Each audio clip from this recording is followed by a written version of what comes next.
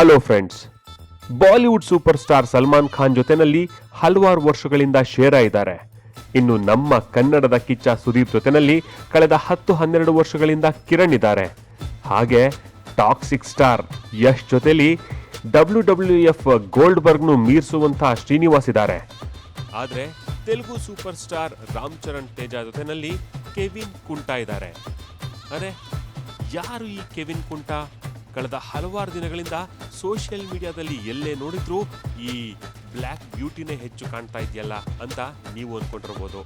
ಈ ಕೆವಿನ್ ಕುಂಟಾ ಬಗ್ಗೆ ನಾನು ಸಂಪೂರ್ಣ ಮಾಹಿತಿ ಇಲ್ಲಿ ಕೊಡ್ತೀನಿ. ಕೆವಿನ್ ಕುಂಟಾ ನಿಜವಾದ ಹೆಸರು ಅಬ್ದೌ ಕಾದಿರ್ ಸೋವೆ. ಅದನ್ನ ಅಬ್ದುಲ್ ಸೋವೆ ಅಥವಾ ಕೆವಿನ್ ಸೋವೆ ಅಥವಾ ಅಬ್ದೌ ಕುಂಟಾ. ಹಾಗೂ ಆತ MMA ಬಂದ ಬಳಿಕ ಕೆವಿನ್ ಕುಂಟಾ ಆಗಿದ್ದಾನೆ.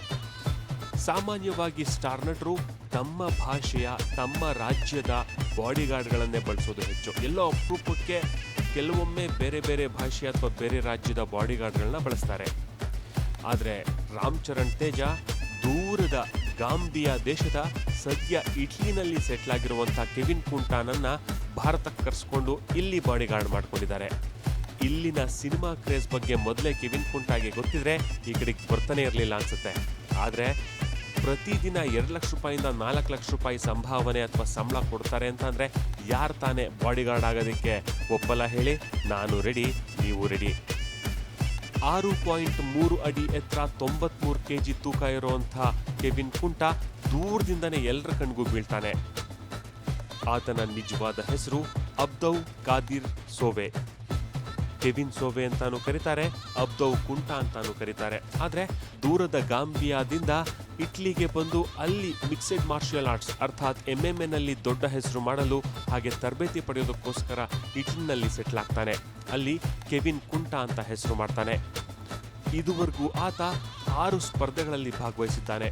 ಅದರಲ್ಲಿ 4ರಲ್ಲಿ ಸೋತಿದ್ರೆ 2ರಲ್ಲಿ ವಿನ್ ಆಗಿದ್ದಾನೆ. ಹಾಗಾದ್ರೆ ಒಬ್ಬ ಮಿಕ್ಸೆಡ್ ಮಾರ್ಷಿಯಲ್ ಆರ್ಟಿಸ್ಟ್ನೇ ಯಾಕೆ ಬಾಡಿಗಾರ್ಡ್ ಮಾಡ್ಕೋಬೇಕು ಅಂತಂದ್ರೆ ಅದಕ್ಕೆ ಕಾರಣ ಅವರ ಶಾರ್ಪ್ ಮೈಂಡ್ ಮತ್ತು ಒಂದು ಸ್ಪೀಡ್. ಹೌದು, ರಾಮ್ ಚರಣ್ ಇತ್ತೀಚೆಗಷ್ಟೇ ಹೋಗ್ತಿರೋ ಎಲ್ಲ ಜಾಗಗಳಲ್ಲೂ ನೀವು ಅಬ್ಸರ್ವ್ ಮಾಡ್ಬೋದು, ಕೆವಿನ್ ಕುಂಟಾ ಅವರ ನೆರಳಾಗಿ ಇದ್ದಾರೆ. ರಾಮ್ ಚರಣ್ ಅವರ ಸುತ್ತಮುತ್ತ ಯಾರು ಏನು ಮಾಡ್ತಾ ಇದ್ದಾರೆ, ಅವ್ರ ಹತ್ರ ಬರೋದಕ್ಕೆ ಯಾರು ಪ್ರಯತ್ನ ಪಡ್ತಾ ಇದ್ದಾರೆ, ಅವ್ರ ಸುತ್ತಮುತ್ತ ಯಾರು ಹೇಗೆ ಓಡಾಡ್ತಾ ಇದ್ದಾರೆ ಅದನ್ನೆಲ್ಲ ಅಬ್ಸರ್ವ್ ಮಾಡ್ತಾ ಇರ್ತಾರೆ. ಸ್ವಲ್ಪ ಯಾರಾದರೂ ಅವ್ರಿಗೆ ಹತ್ರ ಬಂದರು ಅಂದಿದ ತಕ್ಷಣ ಅವ್ರ ಪಕ್ಕಕ್ಕೆ ಬಂದು ನಿಂತು ಅವ್ರನ್ನ ದೂರ ತಳ್ಳಿಬಿಡ್ತಾರೆ. ಇತ್ತೀಚೆಗಷ್ಟೇ ಬೆಂಗಳೂರಿಗೂ ಬಂದಿದ್ರು, ಅಲ್ಲೂ ಸಹ ನೀವು ನೋಡ್ಬೋದಾಗಿತ್ತು. ರಾಮ್ ಚರಣ್ ತೇಜ ಬಂದು ಸೀಟ್ ಮೇಲೆ ಕೂತ್ಕೊಂತಿದ್ದಂಗೆ ಅವ್ರ ಪಕ್ಕ ಬಂದು ಒಂದು ಬ್ಯಾಗ್ ಇಟ್ಕೊಂಡು ನಿಂತ್ಕೊಂಡಿದ್ರು ಕೆವಿನ್ ಕುಂಟಾ. ಇನ್ನು ವೇದಿಕೆ ಮೇಲೆ ಹೋದಾಗಲೂ ಸಹ ಅವರ ಹಿಂದೆನೇ ಹೋದರು. ಹಾಗೆ ವೇದಿಕೆ ಮೇಲೆ ಜಾನ್ವಿ ಕಪೂರ್ನು ಕರಿಬೇಕು ಅಂತ ಅಂದಾಗ ತಾವೇ ಖುದ್ದಾಗಿ ವೇದಿಕೆಯಿಂದ ಇಳ್ಕೊಂಡು ಬಂದು ಜಾನ್ವಿ ಕಪೂರ್ನ ಕರ್ಕೊಂಡು ವೇದಿಕೆ ಮೇಲೆ ಹೋಗ್ತಾರೆ. ಇನ್ನು ಪ್ರೋಗ್ರಾಮ್ ಮುಗೀತು, ಎಲ್ಲ ಮಾತಾಡಿದ್ದಾಯಿತು, ಇನ್ನೇನು ಅಲ್ಲಿಂದ ಹೊರಡಬೇಕು ಅನ್ನೋ ಟೈಮಲ್ಲಿ ಹೆಚ್ಚಾಗಿ ಕ್ರೌಡ್ ಅಲ್ಲಿ ಸೇರಿದ ಕಾರಣ ಅವರು ಹೇಗೆ ರಾಮ್ ಚರಣ್ನ ಸೇಫ್ ಆಗಿ ಅಲ್ಲಿಂದ ಕರ್ಕೊಂಡು ಹೋಗ್ತಾರೆ ಅನ್ನೋದನ್ನು ನೀವು ವಿಡಿಯೋದಲ್ಲಿ ನೋಡ್ಬೋದು. ಕೆವಿನ್ ಕುಂಟಾ ಅವರ height, weight, personality, looks, style, hair style ಎಲ್ಲ ನೋಡ್ತಾ ಇದ್ರೆ ಅವರು ಒಬ್ಬ ಒಳ್ಳೆ ವಿಲನ್ ಆಗ್ಬೋದು ಅನ್ಸುತ್ತೆ. ಮುಂದಿನ ದಿನಗಳಲ್ಲಿ ಅದಕ್ಕೂ ಅವಕಾಶ ಸಿಕ್ಕರೆ ಆಶ್ಚರ್ಯ ಇಲ್ಲ. ಆದರೆ ನಮ್ಗೆ ಆಶ್ಚರ್ಯ ಆಗ್ತಿರೋದೇನಂತ ಅಂದರೆ ಒಂದೇ ದಿನಕ್ಕೆ 2 ಲಕ್ಷ ರೂಪಾಯಿಂದ 4 ಲಕ್ಷ ರೂಪಾಯಿ ಸಂಬಳ ಒಬ್ಬ ಬಾಡಿಗಾರ್ಡ್ಗೆ. ಅಬ್ಬಬ್ಬಾ.